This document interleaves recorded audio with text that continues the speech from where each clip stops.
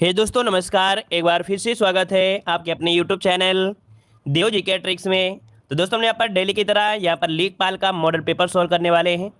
जो कि यहाँ पर देखिए काफ़ी लोग कमेंट करते हैं कि सर टाइमिंग क्या है, टाइमिंग क्या है। भाई तो टाइमिंग आपकी फिक्स है कि 3 बजे आपका मॉडल पेपर आपको मिल रहा है। चलिए बताइए, क्वेश्चन दिया है कि जब एक अधिकारी दूसरे अधिकारी को व्यक्तिगत नाम से पत्र लिखता है उसे क्या कहते हैं।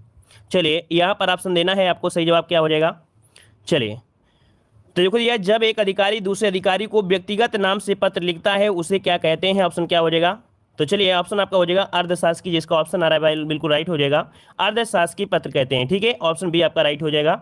चलिए आगे, छुट्टी के लिए प्रार्थना पत्र को लिखा गया पत्र क्या कहलाएगा। चलिए छुट्टी के लिए प्रार्थना पत्र को लिखा गया पत्र अर्थात प्रार्थना का पत्र जो आपका होता है छुट्टी के लिए, तो उसे क्या कहेंगे। तो भैया प्रार्थना पत्र तो होता है ना छुट्टी के लिए, जो प्रधानाचार्य के लिए माफ करिए लिखा है कि छुट्टी के लिए प्रधानाचार्य को लिखा गया जो पत्र है वो क्या होता है, प्रार्थना पत्र होता है। तो ऑप्शन क्या हो जाएगा, बी नंबर आपका राइट हो जाएगा। अगला क्वेश्चन दिया गया है, निम्नलिखित में से कौन सा विकल्प संयुक्त स्वर का उदाहरण नहीं है। संयुक्त स्वर का उदाहरण नहीं है। देखो हमने बताया था संयुक्त स्वर की भी संख्या कितनी होती है, 4 होती है। जिस प्रकार से संयुक्त व्यंजन होते हैं 4, उसी प्रकार से संयुक्त स्वर की भी संख्या कितनी होती है, 4 होती है। जिनमें से आपका ए आई ओ औ ये 4 होते हैं। अब इनमें से बताइए कौन सा हो जाएगा। चलिए ऑप्शन आपका ए नंबर हो जाएगा। ई जो आपका है ये संयुक्त स्वर आपका नहीं है, ये तो आपका छोटा ही है अर्थात कह सकते हैं लघु स्वर है ना। तो ऑप्शन क्या हो जाएगा, यहाँ पर आंसर आपका ए नंबर जिसका आया है बिल्कुल राइट होगा। आगे बढ़ते क्वेश्चन दिया गया है कि निम्नलिखित में से कौन से वर्ण का उच्चारण कंठ से है। चलिए बताइए कहाँ यहाँ पर कौन सा उच्चारण आपके कंठ से है। देखो का वर्ग तो होता ही होता है, का वर्ग तो कंठ से होता ही होता है। साथ में हमने आपको और बताया था कि जो आपका छोटा आ होता है और बड़ा आ होता है इसका भी स्थान क्या होता है, आपके कंठ से ही होता है ना। तो ऑप्शन क्या जाएगा, यहाँ पर आंसर जिसका आया डी नंबर बिल्कुल राइट आ रहा है। चलिए बहुत अच्छे, सभी का लगभग जवाब आया है, यहाँ पर डी हो जाएगा। आगे बढ़ते क्वेश्चन दिया गया है, नए धन अक की संधि का उदाहरण है। नए धन अक की संधि का उदाहरण है। चलिए अयादि, यण, वृद्धि और आपका दीर्घ। चलिए 5 का ऑप्शन दीजिएगा। चलिए नए धन अक अर्थात बनेगा क्या, इनको जब मिलाएंगे तो बनेगा नायक। क्या बनेगा भाई, नायक बनेगा। और हमने बताया था कि जब 3 अक्षर से वर्ण कोई बना होता है, जब वहाँ पर नॉर्मल सी मात्रा हो अर्थात कह सकते हैं छोटी बड़ी या कह सकते हैं छोटा बड़ा की मात्रा हो, तब आपकी हमेशा क्या बनती है, तो अयादि संधि होता है। तो ऑप्शन क्या हो जाएगा, यहाँ पर ए नंबर आपका राइट हो जाएगा, है ना। अयादि संधि मतलब क्या होता है कि ए आए औ से किसी अन्य स्वर का जब मेल हो जाता है तो या तो ए आए औ हो जाता है ना। तो इस प्रकार से अयादि बनती है, ऑप्शन ए हो जाएगा। अगला है चौराहा किस समास का उदाहरण है। देख सकते हैं कि कोई भी क्लास आपकी होती है तो इस प्रकार के क्वेश्चन आपके मिलते हैं, चौराहा में किस समास का उदाहरण है। चलिए 6 नंबर जवाब दीजिए, 4 राहों का समाहार, है ना, या 4 राहों का समूह। तो इसका मतलब क्या हो गया, संख्यावाची हो गया। और संख्यावाची मतलब ऑप्शन क्या हो जाएगा, द्विगु समास ऑप्शन आ रहा है डी नंबर। तो बिल्कुल जवाब सही हो जाएगा, द्विगु समास हो जाएगा, द्विगु समास हो जाएगा, है ना। चलिए आगे बढ़ते हैं, क्वेश्चन दिया गया है कि तुम कहाँ रहते हो रेखांकित पद में अव्यय प्रयोग किया गया है। चलिए कह रहा है तुम कहाँ रहते हो रेखांकित पद में अव्यय प्रयोग किया गया है। इस आपको अव्यय पद को बताना है कि जो आपका कहाँ है ये आपका कैसा है 7 नंबर में। तो भैया आपसे पता है कि यहाँ पर कहाँ के साथ साथ आपका प्रश्नवाचक लगा दिया गया है ना।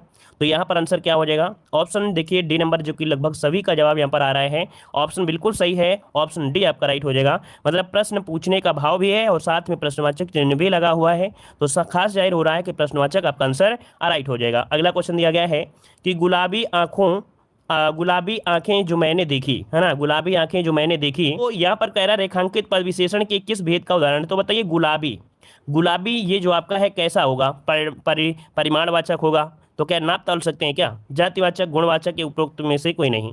तो भाई जाति भी नहीं होता है कोई, गुलाबी कोई जाति होती है, होता है क्या कोई जाति, भाई जात तो होता नहीं है, गुण होता है। जो आप कह सकते हैं कि कोई कलर की बात कर रहा है, अर्थात ये ऑप्शन जिसका आ रहा है सी नंबर बिल्कुल सही जवाब बनेगा। ये गुणवाचक विशेषण है ना, ऑप्शन बनेगा आपका सी नंबर।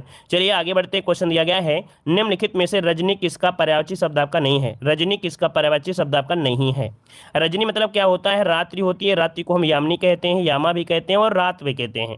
लेकिन यहाँ पर जो दिया गया सुंदर, है ना, सुंदर भाई, तो सुंदर हम लोग नहीं कहते हैं ना। तो ऑप्शन क्या हो जाएगा, यहाँ पर ए नंबर आपका राइट हो जाएगा, ठीक है। चलिए आगे बढ़ते हैं, क्वेश्चन दिया गया है अर्पण का विलोम शब्द क्या है। चलिए अर्पण का विलोम शब्द क्या होता है।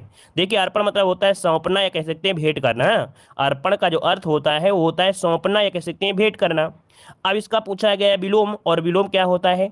तो जब किसी को भेंट किया गया है ना, तो इसका ग्रहण भी कर लीजिए, तो ऑप्शन क्या हो जाएगा, बी नंबर यहाँ पर राइट हो जाएगा, ग्रहण हो जाएगा। ठीक है, आगे बढ़ते हैं। क्वेश्चन दिया गया है तरंग तुरंग शब्द युग्म का सही अर्थ बताइए, क्या हो जाएगा। चलिए, तरंग तुरंग शब्द युग्म का सही अर्थ इनमें से क्या हो जाएगा 11 नंबर में। चलिए, तरंग का अर्थ क्या होता है, लहर होता है ना। तरंग का अर्थ क्या होता है, लहर होता है। और इसके बाद तुरंग दिया है। अब इसका भी आंसर आप लोग तुरंत जान गए होंगे। आपका जवाब यहाँ पर 11 नंबर में बनेगा ऑप्शन यहाँ पर सी नंबर, लहर और आपका घोड़ा क्या हो जाएगा, लहर घोड़ा, ऑप्शन बनेगा सी नंबर। आगे बढ़ते हैं। क्वेश्चन आपसे दिया गया है मैं सोमवार के दिन आपके गाँव आऊँगा, वाक्य का शुद्ध रूप इनमें से बताइए, क्या हो जाएगा। मैं सोमवार के दिन आपके गाँव आऊँगा, वाक्य का शुद्ध रूप इनमें से बताइए, क्या हो जाएगा 12 नंबर में। तो देखिए भाई, 12 की अगर हम बात करते हैं, अगर हम 12 की बात करते हैं तो कह रहा है कि मैं सोमवार को आपके गांव आऊँगा, ऐसे होना चाहिए। मैं सोमवार के दिन दिया गया है, और के दिन जो दिया है, दिन लगाना जरूरी नहीं, क्योंकि ऑलरेडी यहाँ पर सोमवार आपका दिया है, तो दिन लगाना है क्या, नहीं लगाएंगे। तो हो जाएगा मैं सोमवार को आपके गाँव आऊँगा, जो कि ऑप्शन यहाँ पर डी नंबर जिसने भी दिया है उसका राइट आंसर हो जाएगा डी नंबर। ठीक है, अगला बताइए निम्नलिखित में से अशुद्ध शब्द का उदाहरण कौन सा है। अशुद्ध शब्द कह रहे अंतर्धान, है ना, सही दिया गया है। मूर्ति भी सही है, अतीत भी सही है। यहाँ पर ऊर्जा क्या, देखिए थोड़ा सा ऊर्जा क्या सही दिया है क्या, ऊर्जा तो नहीं सही लग रहा है ना, क्योंकि ऊर्जा में जो मात्रा होती है वो में वो बड़ा वो क्यों होती है, मतलब कि यहाँ पर जो आंसर गलत है वो आपका सी नंबर गलत दिया गया है। ठीक है, चलिए अगला बताइएगा चांदी का जूता मारना मुहावरे का सही अर्थ क्या हो जाएगा। चलिए, चांदी का जूता मारना मुहावरे का अर्थ क्या हो जाएगा। तो भाई चांदी का जूता है, तो यहाँ पर क्या हो सकता है, राम को अपना बिल पास करने के लिए अधिकारी को चांदी का जूता मारना पड़ा। मारना मतलब ये हुआ कि थोड़ा रिश्वत, मतलब घूस देना है, मतलब रिश्वत देना, ऑप्शन सी नंबर आपका हो जाएगा, है ना। ऐसे किसी की जूता मार दो अधिकारी की, तो तुम्हारा काम तो का है, तुम्हारा काम बिगाड़े दिए, है ना। तो यहाँ पर आंसर क्या हो जाएगा, सी नंबर हो जाएगा। ठीक है, आगे बढ़ते हैं। क्वेश्चन दिया गया है कि एक तो करेला दूसरा नीम चढ़ा, बहुत बार आपको पढ़ाया है ना, कि करेला तो कड़वा होता भी है, ऊपर से अगर नीम भी, है ना, तो यहाँ पर और ज़्यादा कड़वा हो जाएगा। मतलब क्या हो सकता है कि अपराध करके रौब जमाना तो होगा नहीं है, यहाँ पर किसी से कोई लेना नहीं होना, रिश्वत लेने से, देखिए ऑप्शन सी वाला, एकाधिक दोष होना, मतलब एक से अधिक, एकाधिक मतलब एक से अधिक दोष होना, पहले तो दोष था ही और उसके बाद और दोष हो गया, तो एकाधिक दोष ऑप्शन आपका सी नंबर आपका राइट हो जाएगा, है ना। अगला क्वेश्चन बताइएगा, कह रहे बिहारी किस राजा के दरबारी कवि थे। देखिए हमने बताया था कि कुछ ऐसी आपकी रचनाएं होती हैं जो कि आपकी जीके में भी पूछी जाती हैं, वो आपकी हर जगह होती है, तो ये कॉमन है आपका कि बिहारी किस राजा के दरबारी कवि थे। चलिए, तो ये भाई आपके साहित्य से नहीं है, लेकिन आपको याद रखना है, कुछ आपके ऐसे भी पॉइंट होते हैं जो कहीं भी पूछ सकते हैं, है ना। तो देखिए आपका जवाब हो जाएगा बिहारी किस राजा के, तो जयसिंह के दरबार में रहते थे, है ना। इनकी प्रमुख रचना बिहारी सतसई है, तो ऑप्शन क्या होगा, सी नंबर हो जाएगा। अगला क्वेश्चन दिया है निम्नलिखित में से कौन कौनते नहीं है, मतलब किसे कौनते नहीं कहा गया है। चलिए 17 नंबर में, तो देखिए यहाँ पर युधिष्ठिर है, भीम है, कर्ण है, और आपके यहाँ पर दिए गए हैं नकुल दिए गए हैं। 17 का ऑप्शन दीजिएगा। 17 का ऑप्शन क्या हो जाएगा, कौनते का अर्थ होता है, कौनते का अर्थ होता है कुंती का पुत्र, क्या होता है, कुंती का पुत्र होता है। अब यहाँ पर देखो जो कह सकते हैं कि आपके कौन आंसर हो सकता है, कुंती का पुत्र महाभारत के अनुसार नकुल और सहदेव माद्री के पुत्र थे। याद रखिए यहाँ पर जो ऑप्शन बी वाला है, ऑप्शन जो बी वाला है वो आपका बी हो जाएगा, इसका नकुल। देखिए नकुल और जो सहदेव थे, है ना, नकुल और जो सहदेव थे, देखिए नोट कर लीजिएगा कि अगर पहली बार पढ़ रहे हैं, नकुल और सहदेव, सहदेव इसको हम साथ बगल में लिख दे रहे हैं, नकुल और आपके इनमें से कौन, सहदेव, सहदेव। तो ये जो आपके पुत्र थे, ये किसके पुत्र थे, ये थे माद्री के पुत्र। किसके भाई, माद्री के पुत्र थे, माद्री के पुत्र, माद्री के पुत्र। ठीक है, माद्री के पुत्र थे। इस कारण से आपका जवाब क्या हो जाएगा, यहाँ पर आपका बी नंबर राइट हो जाएगा। वहीं पर देख सकते हैं कि कर्ण, युधिष्ठिर, भीम, अर्जुन, ये कुंती के संतान थे। किसके, कुंती के जो संतान थे वो कर्ण थे, युधिष्ठिर थे, भीम थे और आपके अर्जुन थे। लेकिन यहाँ पर जो सहदेव का नाम आपने सुना है, नकुल जो आपके साथ में थे, ये इनके नहीं थे, याद रखिए, नोट कर लीजिएगा। ठीक है ना, क्लियर है जी। हाँ, ये दूसरी रानी के पुत्र थे, माद्री, है ना। चलिए आगे बढ़ते हैं। क्वेश्चन आपसे अगला पूछा गया है, यहाँ पर आपसे दिया गया है driving man catch a straw, इसका जो अर्थ होता है क्या होता है। चलिए 18 नंबर में, तो आज का आपका जो आंसर हो जाएगा 18 नंबर में, ऑप्शन क्या हो जाएगा, यहाँ पर डूबने वाले को तिनके का सहारा, है ना, तो डूबते को तिनके सहारा, या ऑप्शन ए हो सकता है या सी हो सकता है, बताइए भाई, ऑप्शन ए हो सकता है या सी हो सकता है, जवाब कौन सा हो जाएगा।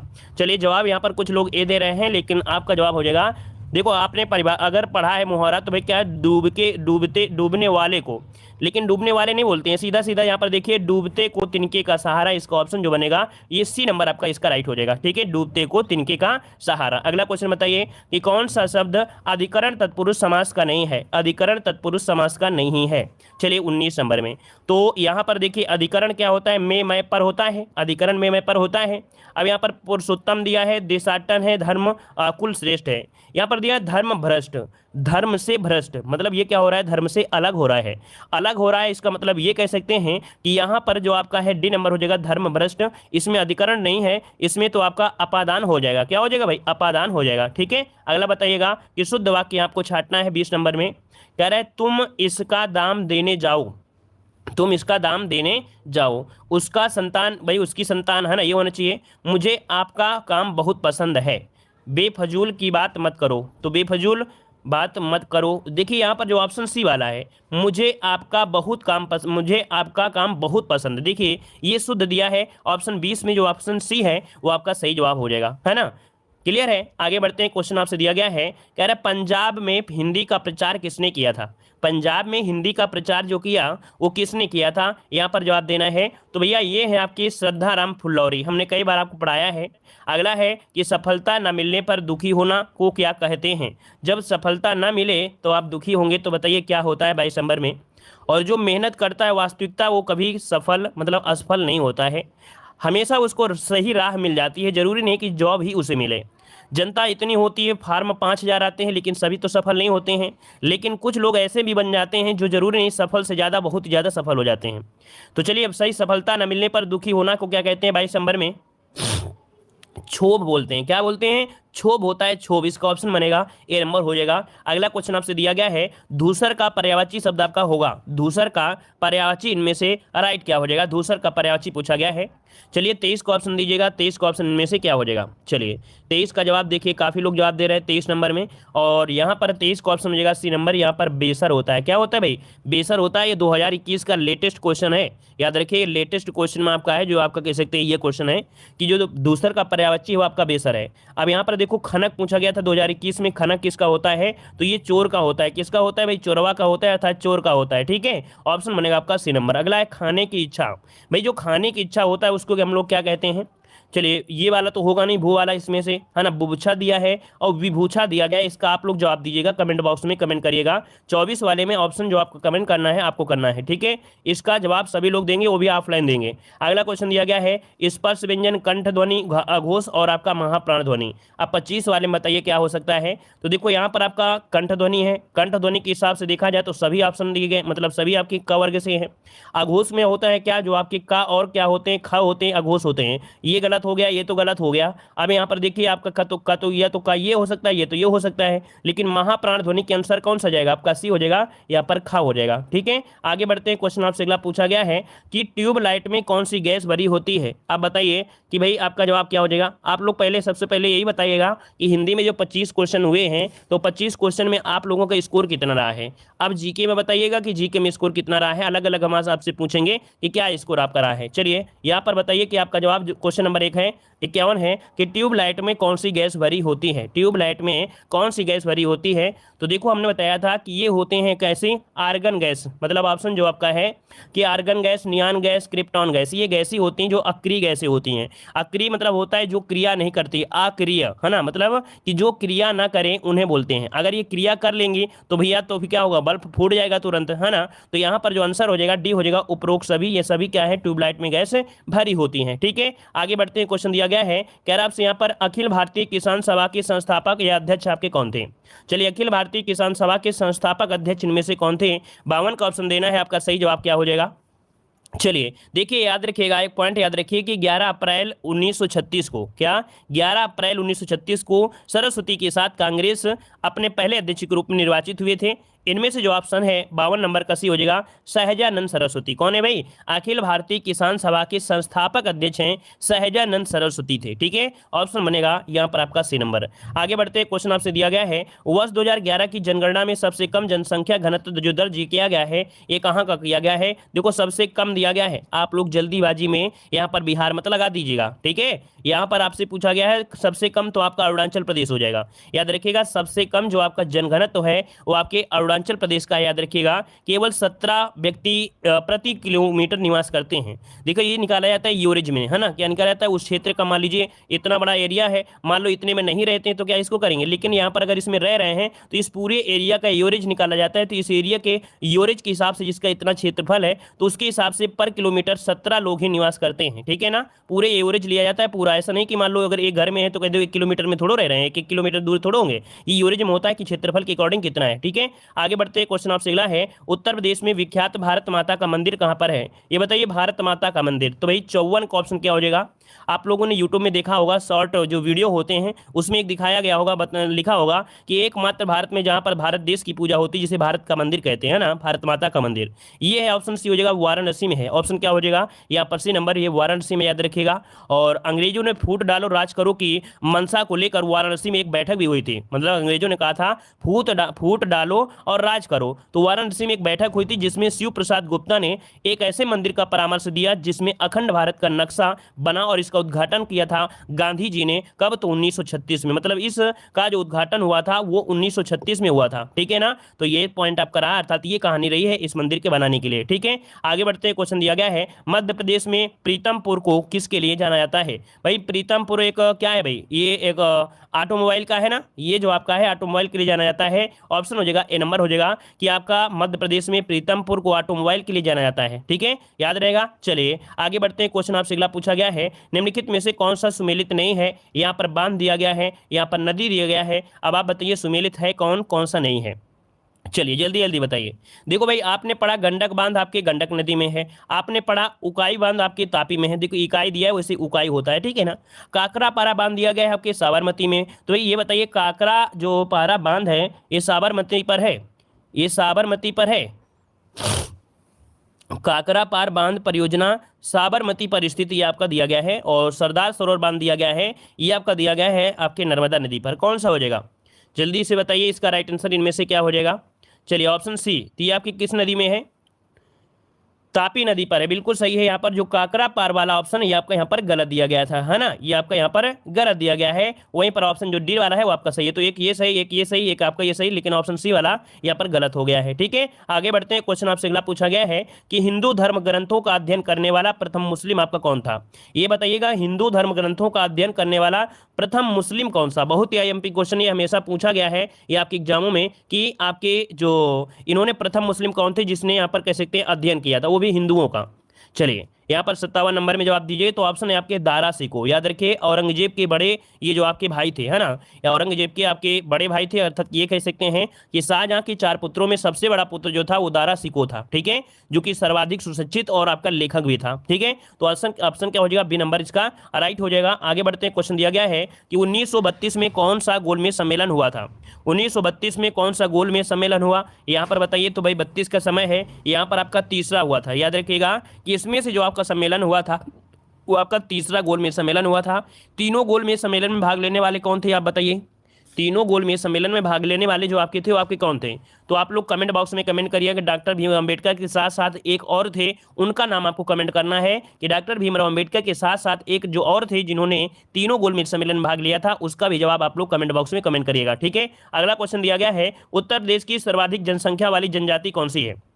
चलिए उत्तर प्रदेश की सर्वाधिक जनसंख्या वाली जनजाति आपकी कौन सी है? बुक्सा, जौनसारी, खरवार या आपकी थारू? देखिए हमने बताया था कि जल्दी कभी ऑप्शन आपको मिलेंगे नहीं गोंड वाली, है ना, जो गोंड आपकी जनजाति है उसका कभी ऑप्शन जल्दी मिलेगा नहीं उत्तर प्रदेश में। तो सिंपल सी बात है कि आंसर क्या हो जाएगा आपका? थारू जनजाति हो जाएगा, डी नंबर यहाँ पर राइट हो जाएगा। ठीक है, आगे बढ़ते हैं, क्वेश्चन दिया गया है सिकंदर के हमले के समय उत्तर भारत पर किस राजवंश का शासन था?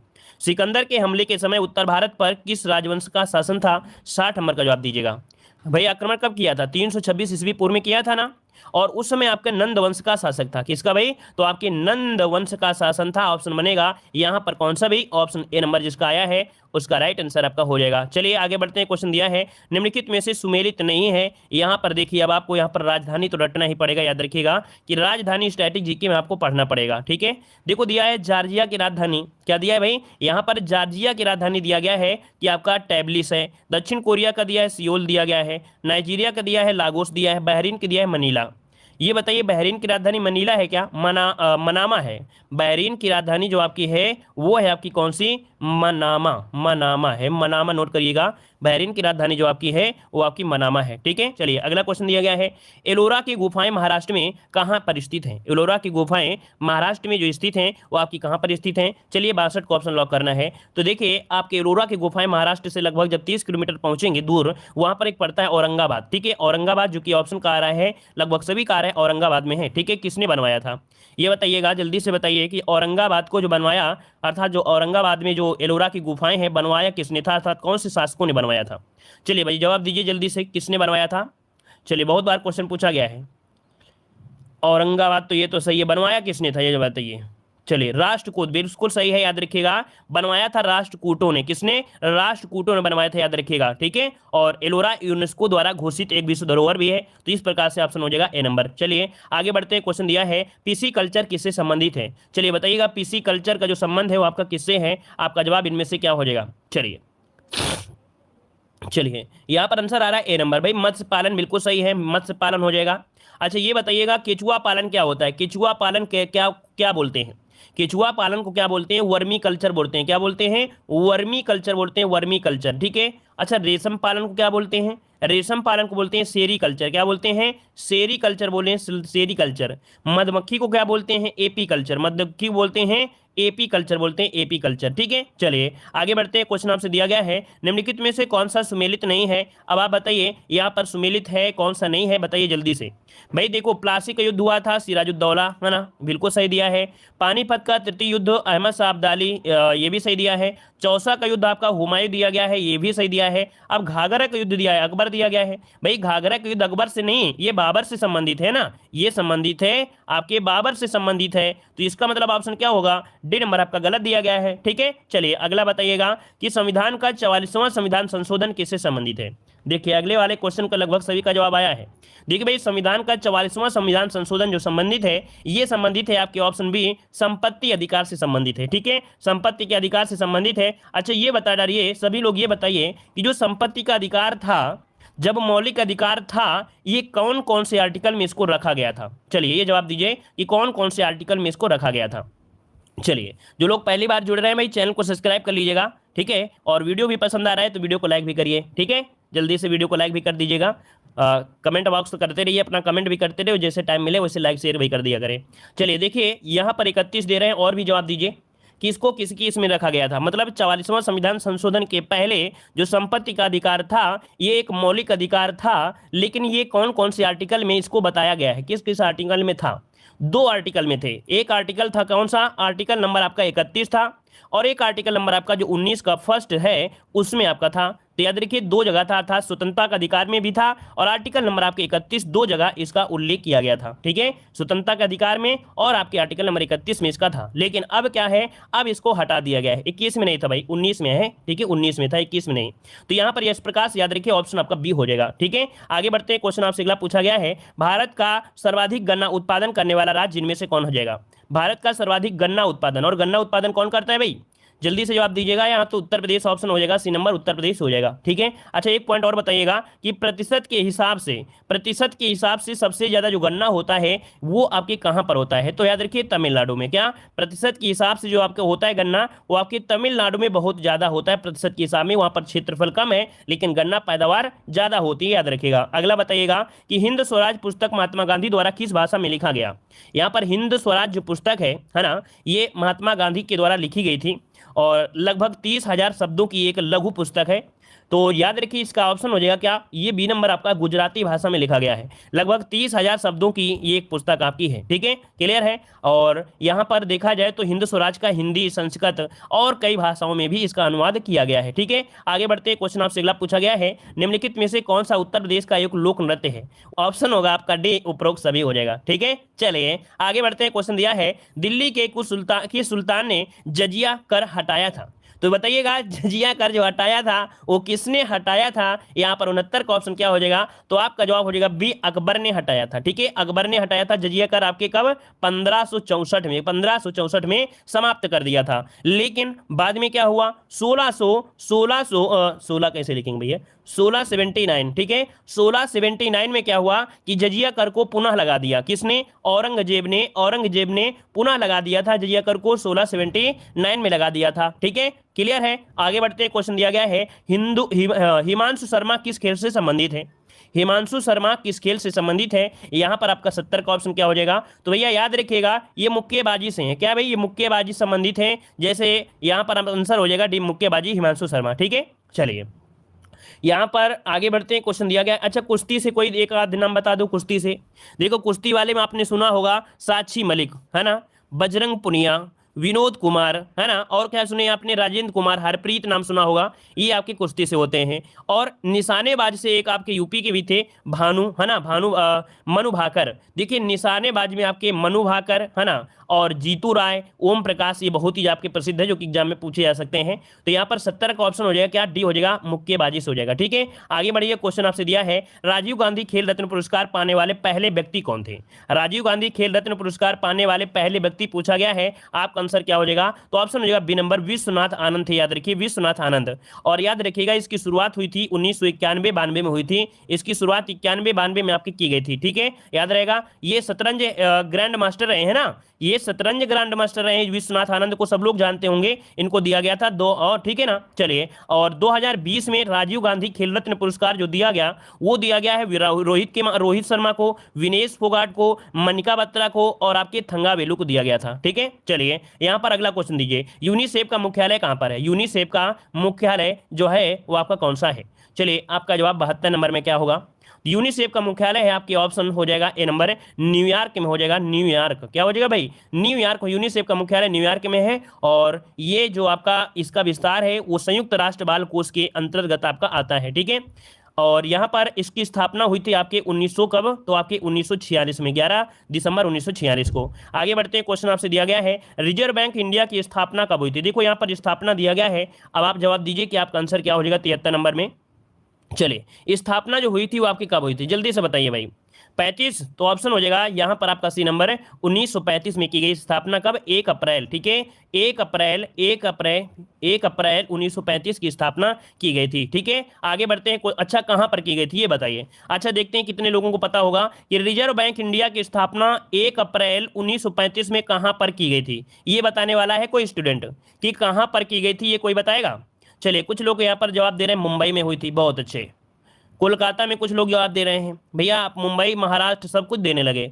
देखिए स्थापना हुई थी कब, कहाँ पर, कोलकाता में हुई थी। इसकी स्थापना कोलकाता में हुई थी कब, तो 1 अप्रैल 1935 को इसकी स्थापना कोलकाता में हुई थी। अर्थात ये कह सकते हैं कि इसका जो केंद्रीय कार्यालय था वो कोलकाता में था। कहाँ पर था, कोलकाता में था। लेकिन आपके 1937 में, कब, 1937 में इसकी जो स्थायी रूप से जो स्थानांतरित किया गया वो मुंबई किया गया था। तो इसका मतलब ये है कि प्रारंभ में इसका जो हेडक्वार्टर था वो कोलकाता में था, लेकिन 1937 में स्थायी रूप से ये आपका मुंबई हो गया, ठीक है, क्लियर हो गया है। अब आपका हेड ऑफिस आपका मुंबई है, ठीक है। चलिए आगे बढ़ते हैं, क्वेश्चन दिया है, विश्व कैंसर दिवस कब मनाया जाता है। विश्व कैंसर दिवस कब मनाते हैं, चलिए जवाब देना है, आपका आंसर क्या होगा। चलिए ऑप्शन आ रहा है यहाँ पर बी नंबर, चीर फाड़, अर्थात 4 फरवरी। भाई कैंसर किसी को हो जाता है तो चार टुकड़े कर डालते हैं, चीर फाड़ डालते हैं, तो ऑप्शन क्या होगा, चीर फाड़, अर्थात 4 फरवरी। ऑप्शन ने आपका बी नंबर राइट हो जाएगा। यहाँ पर देखिए 20 मार्च को क्या मनाते हैं, जल्दी से बताइए। 20 मार्च को क्या मनाते हैं, 20 मार्च को मनाते हैं गौरैया दिवस। क्या मनाते हैं भाई, गौरैया, जानते हैं ना चिड़िया को, गौरैया चिड़िया को जानते हैं सभी लोग, तो गौरैया दिवस मनाते हैं 20 मार्च को, ठीक है। अच्छा यहाँ पर आपके 25 मई को क्या मनाते हैं, 25 मई को मनाते हैं क्या, आपका मलेरिया दिवस। क्या मनाते हैं भाई, मलेरिया दिवस मनाते हैं, याद रखिएगा कि विश्व मलेरिया दिवस मनाते हैं 25 मई को, ठीक है। अच्छा 1 दिसंबर तो सभी को पता होगा कि 1 दिसंबर को मनाते हैं एड्स दिवस। क्या मनाते हैं भाई? एड्स दिवस मनाते हैं 1 दिसंबर को। क्लियर हो गया? आगे बढ़ते हैं, अगला क्वेश्चन दिया है, उत्तर प्रदेश का कौन सा जिला कांच की चूड़ियों के लिए प्रसिद्ध है? कांच की चूड़ियों के लिए प्रसिद्ध है, आपका जवाब कौन सा हो जाएगा? चलिए, ये है आपका फिरोजाबाद। क्या भाई? फिरोजाबाद, जो कि कांच की चूड़ियों के लिए आपका जाना जाता है, और फिरोजाबाद विश्व में खनकती चूड़ियों के शहर के नाम से जानता है। अगर क्वेश्चन ये पूछे खनकती हुई चूड़ियों के नाम से, क्या पूछेगा? खनकती चूड़ियों के शहर के नाम से किसे जानते हैं? खनकती चूड़ियों के शहर के नाम से जाना जाता है, वो भी फिरोजाबाद को जाना जाता है, याद रखिएगा। और भी सजावटी सामान के लिए भी जाना जाता है, ठीक है। आगे बढ़ते हैं, क्वेश्चन दिया, अगर पहली बार पढ़े तो इसको नोट कर लीजिएगा। खनकती चूड़ियों के शहर के नाम से जाना जाता है आपके किसे? आपके फिरोजाबाद को। अगला क्वेश्चन है, पीली क्रांति का संबंध किससे है?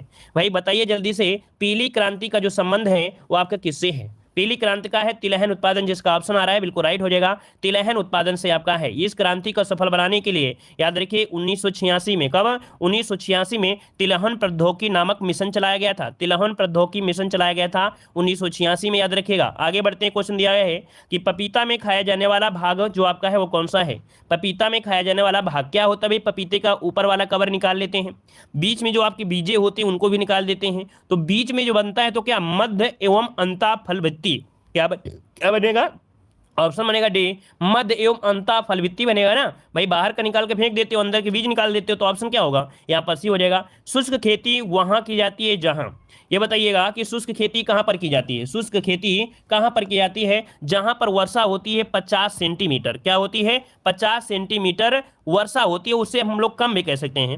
50 सेंटीमीटर से कम वर्षा होती है, वहां पर शुष्क खेती होती है। जैसे हमने बताया था कि 50 सेंटीमीटर से देखिए लद्दाख में भी कम होती है, राजस्थान में भी होती है, कुछ एरिया आपका ऐसा होता है जो एमपी और आपका महाराष्ट्र का है जहां पर शुष्क एरिया आपका रह जाता है, ठीक है। ऑप्शन डी हो जाएगा। अगला क्वेश्चन दिया है कि फार्म पर फसल उगाने के साथ पशुपालन करना क्या कहलाता है? अर्थात फार्म पर अगर फसल उगा रहे हैं साथ में पशुपालन भी कर रहे हैं तो इसको क्या कहेंगे? इस खेती को क्या बोलते हैं? Mix cropping, mix farming, single cropping या पशुपालन, क्या कहेंगे? इसका आंसर जवाब दीजिए, आपका सही जवाब इनमें से क्या हो जाएगा? देखिए, फार्म पर फसल उगाने के साथ साथ क्या होता है? पशुपालन भी करते हैं, मिक्स फार्मिंग कहते हैं। मिक्स फार्मिंग, जो कि ऑप्शन बनेगा यहाँ पर बी नंबर जिसका आया है बिल्कुल राइट हो जाएगा। मिक्स फार्मिंग मतलब जब एक बार एक से अधिक फसल एक जगह पर उगाया जाता है तो उसे मिक्स यहाँ पर क्रॉपिंग कहते हैं। क्या? अगर क्रॉपिंग की अगर नाम करें, इससे अगर क्रॉपिंग की बात करें कि मिक्स क्रॉपिंग क्या होती है, मिक्स क्रॉपिंग क्या होती है, तो मिक्स क्रॉपिंग होती है कि जब एक बार में एक से अधिक फसल एक जगह उगाया जाए तो उसे मिक्स क्रॉपिंग कहते हैं, याद रहेगा ना। लेकिन अगर फसल के साथ साथ पशुपालन की बात करें तो इसे मिक्स फार्मिंग कहते हैं। दोनों में थोड़ा थोड़ा अंतर हल्का है। अगला क्वेश्चन बताइए, महलवाड़ी व्यवस्था किसके शासनकाल में लागू हुआ था? महलवाड़ी व्यवस्था किसके शासनकाल में लागू हुआ था? कह रहे पंचायतों की अवधि कितनी होती है? पंचायतों की अवधि जो होती है वो आपकी होती है 5 वर्ष। वो भी कैसा? प्रथम अधिवेशन से जोड़ा जाता है। ऑप्शन बनेगा आपका ए नंबर, राइट हो जाएगा, ठीक है ना। और मान लो अगर किसी भी कारण से पंचायत बीच में भंग हो जाती है तो 6 माह के अंदर उसके चुनाव करा लिए जाने चाहिए। अगला क्वेश्चन दिया गया है कि किस संविधान संशोधन के तहत अरुणाचल प्रदेश में अनुसूचित जनजातियों के लिए पंचायत में आरक्षण संबंधी प्रावधान समाप्त कर दिया गया है? तो देखिए भाई, आपके अरुणाचल प्रदेश में अनुसूचित जनजातियों के लिए पंचायत में आरक्षण संबंधी प्रावधान जो थे वो समाप्त कर दिया गया। ये कौन से? तो आपका जो 83 नंबर का संशोधन था, कौन सा भैया? 83वें संविधान संशोधन, ऑप्शन बनेगा यहाँ पर आपका सी नंबर राइट हो जाएगा, ठीक है। क्लियर हो गया? चलिए, 82 का ऑप्शन हो जाएगा सी नंबर, ठीक है। अगला क्वेश्चन बताइए, क्वेश्चन दिया गया है कि राष्ट्रीय डेयरी अनुसंधान संस्थान कहां पर स्थित है? चलिए जवाब देना है, सही जवाब क्या हो जाएगा? चलिए तो देखो, राष्ट्रीय डेयरी अनुसंधान संस्थान पूछा गया है 83 नंबर में, ऑप्शन आ रहा है आपका सी। ये करनाल जो कि हरियाणा में है, करनाल हरियाणा, ऑप्शन बनेगा यहाँ पर आपका सी नंबर, ठीक है। आगे बढ़ते हैं, क्वेश्चन दिया गया है कि रैयतवाड़ी व्यवस्था कब आपका यहाँ पर बनाया गया? रैयतवाड़ी व्यवस्था कब बनाया गया? 84 नंबर में। तो देखिए भाई, 84 की अगर हम बात करते हैं, 84 की अगर हम बात करें तो आपका आंसर क्या हो जाएगा? चलिए 84 की अगर हम बात करते हैं तो भैया आपके 1792 में क्या हो जाएगा आपका? तो याद रखिए 1792 में एक कैप्टन थे अलेक्जेंडर रीड, क्या? अलेक्जेंडर रीड के द्वारा यहां पर कह सकते हैं कि बनाया गया था। इसको ऑप्शन आपका बी नंबर राइट हो जाएगा। रैयतवाड़ी व्यवस्था को लागू किसने किया था, ये बताइए। रैयतवाड़ी व्यवस्था को लागू किसने किया था? अगर ये पूछे रैयतवाड़ी व्यवस्था को लागू किसने किया था तो लागू जो किया था वो दूसरे ने किया था। थॉमस मुनरो ने किया था। किसने? तो आपके थॉमस मुनरो ने किया था, थॉमस मुनरो ने किया था। ठीक है, चलिए आगे बढ़ते। क्वेश्चन दिया है गेहूं की रोटी निम्नलिखित में से किसके कारण फूल जाती है? गेहूं की रोटी किस कारण से फूलती है? चलिए यहाँ पर जवाब देना है। सही जवाब क्या हो जाएगा? देखो गेहूं की रोटी दो प्रकार से फूल सकती है। एक तो ऑप्शन क्या हो, एक तो तरीका होता है कि उसमें ईस्ट मिला दीजिए, है ना। एक तो ईस्ट के कारण होता है, दूसरा क्या होता है, दूसरा आटे में पानी के कारण होता है। ठीक है, तो ऑप्शन आपका हो जाएगा यहाँ पर सी नंबर। एक तो ईस्ट के कारण है और दूसरा होता है आटे को पानी मिला दीजिए। बहुत लोग होते देखते हैं कि आटे को बहुत पहले से क्या कर देते हैं, खूंद देते हैं और इसके बाद उसको रख देते हैं, है ना। तो ऑप्शन सी हो जाएगा। अगला है जिला स्तर पर मनरेगा का परिचालन किस इकाई द्वारा किया जाता है? जिला स्तर पर मनरेगा का परिचालन जो होता है वो किस इकाई द्वारा करते हैं? 86 नंबर में। चलिए 86 की अगर हम बात करते हैं तो याद रखिए आपका जिला ग्राम्य विकास प्राधिकरण अर्थात अधिकरण, ऑप्शन सी नंबर इसका राइट हो जाएगा। ठीक है, क्या हो जाएगा भाई? ऑप्शन बनेगा आपका सी नंबर राइट हो जाएगा। ठीक है, क्लियर है आपका। और यहां पर आगे बढ़ते हैं। क्वेश्चन दिया है कि मत्स्य पालन को कृषि का दर्जा कब दिया गया? मत्स्य पालन को कृषि का जो दर्जा दिया गया वो कब दिया गया था? मत्स्य पालन को कृषि का दर्जा जो दिया गया वो कब दिया गया? 87 का ऑप्शन क्या हो जाएगा? तो याद रखिए जून 2015 जिसका ऑप्शन आ रहा है बिल्कुल राइट हो जाएगा कि जून 2015 में मत्स्य पालन को कृषि का दर्जा दिया गया था। ठीक है, आगे बढ़ते हैं। क्वेश्चन आपसे दिया गया है कि महिला डेयरी योजना किस विभाग द्वारा लागू किया गया? महिला डेयरी योजना किस विभाग के द्वारा लागू किया गया? तो यहां पर आंसर हो जाएगा डी नंबर, दुग्ध विकास विभाग। क्या? दुग्ध विकास विभाग। मतलब कह सकते हैं प्रदेश में दुग्ध विकास विभाग की ओर से प्रदेश में सबसे ज्यादा दूध उत्पादन करने वाले दूध उत्पादकों को प्रोत्साहन दिया जाएगा और हर वर्ष क्या होगा, गोकुल पुरस्कार दिया जाएगा। तो ऑप्शन बनेगा आपका डी नंबर। अगला क्वेश्चन दिया है कि वर्ष 2019 की वन रिपोर्ट के अनुसार उत्तर प्रदेश में कुल कितना वन क्षेत्र पाया जाता है? तो भैया कितना आपका क्षेत्र मिलेगा यहाँ पर 2019 के अनुसार?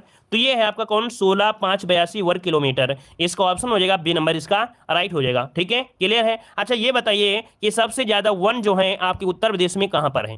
इसका जवाब कौन कौन देंगे कि जो सबसे ज्यादा वन है उत्तर प्रदेश में वो कहां पर है, ये बताइए बस जल्दी बताइए। सोनभद्र बिल्कुल सही है, ऑप्शन आपका हो जाएगा बी, अर्थात सबसे ज्यादा जो वन है वो आपके सोनभद्र जनपद में है। आगे बढ़ते हैं। क्वेश्चन आपसे दिया गया है, कह रहा वन रिपोर्ट 2019 के अनुसार उत्तर प्रदेश में कितना प्रतिशत वन आपका वारण पाया जाता है, अर्थात वन से घिरा हुआ जो क्षेत्र है वो कितना है? तो याद रखिए इसका राइट आंसर 90 का हो जाएगा बी, 3.09 वन आवरण से यहाँ पर दिया गया क्या, वृक्षावरण। वृक्षावरण का मतलब मैंने आपको समझाया था बहुत अच्छी तरीके से। देखिए क्या होता है, फिर से आज हम समझा दे रहे हैं कि मान लीजिए बोला जाता है वन आवरण और वृक्षावरण। तो वन क्या होते हैं, पास पास में होते हैं। जो कोई जंगल हो गया तो वन हो गया, लेकिन जैसे आपके घर में वृक्ष लगा हुआ है, रोड किनारे वृक्ष लगे हुए हैं, कहीं इधर वृक्ष लगे हैं, तो इनके क्षेत्र देखा जाता है इनका क्षेत्र क्या है, तो वही वृक्ष दिया गया कि ये जो इधर उधर लगे होते हैं उनका परसेंट आपका 0.3 हो जाएगा, है ना। अगर पूछ लेता है कि आपके वर्ग के अंदर तो उसका आपका अलग हो जाता है। ठीक है, चलिए आगे बढ़ते हैं। क्वेश्चन आपसे दिया गया है कि वन रिपोर्ट 2019 के अनुसार उत्तर प्रदेश में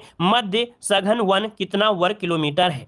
यहां पर आंसर आपका जवाब हो जाएगा बी, 40-80। क्या हो जाएगा यहां पर आंसर हो जाएगा 40-80 वर्ग किलोमीटर आपका है, याद रखिएगा। ठीक है, कुल देखा जाए क्षेत्रफल के हिसाब से 1.69% ये आपका मध्य सघन वन आपका होता है। अगला क्वेश्चन आपसे यहां पर दिया गया है, कह रहे किस कारागार में पंडित राम प्रसाद बिस्मिल को फांसी दी गई थी? पंडित राम प्रसाद बिस्मिल को जो फांसी दी गई वो आपकी कहां पर दी गई थी? गोरखपुर में दी गई थी, है ना। ऑप्शन हो जाएगा सी नंबर। ये आपके आरओ एग्जाम में क्वेश्चन पूछा गया था। सोचिए इसे आप लोग कठिन मतलब सरल में समझिएगा। ये आरओ एग्जाम में पूछा गया था और कब दी गई थी? तो 19 दिसंबर 1927 को। ठीक है, याद रहेगा 19 दिसंबर 1927 को इनको फांसी दी गई थी, याद रखिएगा। ठीक है, और यहां पर आगे बढ़ते हैं। क्वेश्चन आपसे अगला पूछा गया है, वन रिपोर्ट 2019 के अनुसार उत्तर प्रदेश के किस जिले में सर्वाधिक वन क्षेत्रफल पाया जाता है? तो चलिए 93 का ऑप्शन क्या हो जाएगा? तो भैया अभी अभी हमने इस क्वेश्चन को पढ़ाया था, आपका सोनभद्र हो जाएगा। क्या सोनभद्र हो जाएगा। अगला क्वेश्चन आपसे यहाँ पर दिया गया है, यहाँ पर दिया गया है कि उत्तर प्रदेश में वर्षा मुख्यतः किस मानसून से होती है? यहाँ पर 94 का आंसर दीजिएगा। 94 का ऑप्शन इनमें से क्या हो जाएगा? चलिए उत्तर प्रदेश में जो वर्षा होती है वो आपकी मुख्यतः किस मानसून से होती है? इसका आंसर लॉक करिएगा। चलिए बी नंबर होगा बंगाल की खाड़ी से, यहां पर आंसर हो जाएगा बी नंबर। बंगाल की खाड़ी से यहां पर आंसर बनेगा बी नंबर। देखो हमने आपको बताया कि सबसे ज्यादा वर्षा होती है गोरखपुर में और सबसे कम होती है मथुरा जिला में। जो आपके उत्तर पश्चिम तो होगा ही नहीं, दक्षिण पश्चिम आप लगाते तो एक बार मानना जा सकता था, लेकिन दक्षिण पश्चिम वाला मानसून क्या करता है, वो तराई वाले एरिया से निकल जाता है। लेकिन पश्चिमी जो आपका उत्तर प्रदेश है, कौन सा, दक्षिण पश्चिम वाला जो उत्तर प्रदेश है, वहां पर बारिश कम हो पाती है। कौन से, ये जो आपका आता है दक्षिण पश्चिम मानसून से। ठीक है, आगे बढ़ते हैं। क्वेश्चन दिया गया है, उत्तर प्रदेश के प्रथम लोकायुक्त निम्नलिखित में से कौन थे। यूपी जीके में हमने बताया था, बहुत बार क्वेश्चन पूछा गया है। अब यहां पर बताइए 95 का ऑप्शन क्या हो जाएगा, तो आपके विशंभर दयाल जिसका ऑप्शन आ रहा है बिल्कुल हो जाएगा ए नंबर। अगला क्वेश्चन दिया है कि जनगणना 2011 के अनुसार सर्वाधिक महिला साक्षरता वाला जिला कौन सा है। अब देखिए यहां पर ये भी क्वेश्चन आपको बहुत बार पढ़ाया गया है कि ये जो आपकी महिला साक्षरता है वो आपके कानपुर में है। कहां पर भाई, कानपुर नगर में, जो कि ऑप्शन बन जाएगा ए नंबर आपका राइट हो जाएगा। अच्छा, सबसे कम कहां पर है, सबसे कम आपकी श्रावस्ती में। ठीक है, आगे बढ़ते हैं। क्वेश्चन दिया गया है कि जनगणना 2011 के अनुसार उत्तर प्रदेश में सबसे कम ग्रामीण आबादी वाला जिला कौन सा है। सबसे कम ग्रामीण आबादी वाला जिला भैया गौतम बुद्ध नगर, इसका ऑप्शन बनेगा बी, गौतम बुद्ध नगर हो जाएगा। अगला क्वेश्चन बताइए, क्वेश्चन दिया है जनगणना 2011 के अनुसार सर्वाधिक मुस्लिम आबादी वाला राज्य कौन सा है। चलिए, अरे गंवार मतलब ये नहीं है, हम ग्रामीण बता रहे थे हिंदी के हिसाब से गंवार, क्योंकि उसका तत्सम बन जाता है ना, इसलिए। वैसे आपको पता है कि बहुत ही टैलेंटेड लोग वहां पर रहते हैं, है ना, कृषि में भी आगे, हर चीज में आगे रहते हैं, और फिर इतना संगम है ना। चलिए बताइएगा, जनगणना 2011 के अनुसार सर्वाधिक मुस्लिम आबादी वाला राज्य कौन सा है। चलिए यहाँ पर आंसर क्या हो जाएगा कि सर्वाधिक मुस्लिम आबादी वाला जो आपका राज्य है इनमें से कौन है 98 में, तो ये भैया उत्तर प्रदेश है। याद रखिए 98 का ऑप्शन बी हो जाएगा। सर्वाधिक मुस्लिम आबादी देखा जाए उत्तर प्रदेश में आपकी है लगभग। कि प्रख्यात कवि मैथिली शरण गुप्त का जन्म, मैथिली शरण गुप्त का जो जन्म हुआ ये कहाँ पर हुआ था, जवाब दीजिएगा भाई, है ना। इस क्वेश्चन को भी आपके यूपीपी में क्वेश्चन पूछा गया था, आपके झांसी में। ऑप्शन सी हो जाएगा, आपके झांसी में हुआ था, याद रखिएगा। अच्छा, इन्हें साहित्य में एक नाम दिया जाता है, क्या, दद्दा। याद रखिए, साहित्य में इन्हें दद्दा के नाम से जाना जाता है, दद्दा। दद्दा के नाम से जानते हैं तो नोट करिए इस क्वेश्चन को कि साहित्य में दद्दा के नाम से किसे जाना जाता है, तो भैया आपके मैथिली शरण गुप्त को जाना जाता है दद्दा के नाम से, नोट कर लीजिएगा। अगला क्वेश्चन दिया है, आशा किस कार्यक्रम की देन है, आशा किस कार्यक्रम की देन है बताइए। तो भैया ग्रामीण स्वास्थ्य योजना, राष्ट्रीय ग्रामीण स्वास्थ्य मिशन, राष्ट्रीय जनसंख्या नीति 2000 और राष्ट्रीय परिवार नियोजन कार्यक्रम, क्या होगा। देखते हैं कितने लोग यहाँ पर जवाब देंगे। चलिए, B number, D number, B number, D number. देखिए भाई, इसका जो राइट आंसर होगा बी नंबर होगा। हमें बड़ा गर्व है कि आप लोगों ने बिल्कुल सही जवाब दिया है, प्रयास लगभग सभी का आया है, यहाँ पर बी नंबर हो जाएगा। अगर आप 5:30 बजे आप सभी का निमंत्रण होगा, 5:30 बजे यूपी जीके देख सकते हैं। यूपी जीके के जितने भी क्वेश्चन हम आपको पढ़ा रहे हैं शाम को 5:30 बजे, वही क्वेश्चन देख सकते हैं कि इस वाले मॉडल पेपर में आपको देखने को मिल रहे हैं। चाहे विशंभर दयाल जी हो, चाहे आपका महिला साक्षरता हो, चाहे वन हो, चाहे कुछ भी हो, यूपी जीके जो इस समय हम आपको पढ़ा रहे हैं पूरे के पूरे क्वेश्चन आपको देखने को यहाँ पर मिल जा रहे हैं। ठीक है, ये तो आप सभी लोग जानते होंगे। ठीक है, चलिए धन्यवाद सभी को, जय हिंद।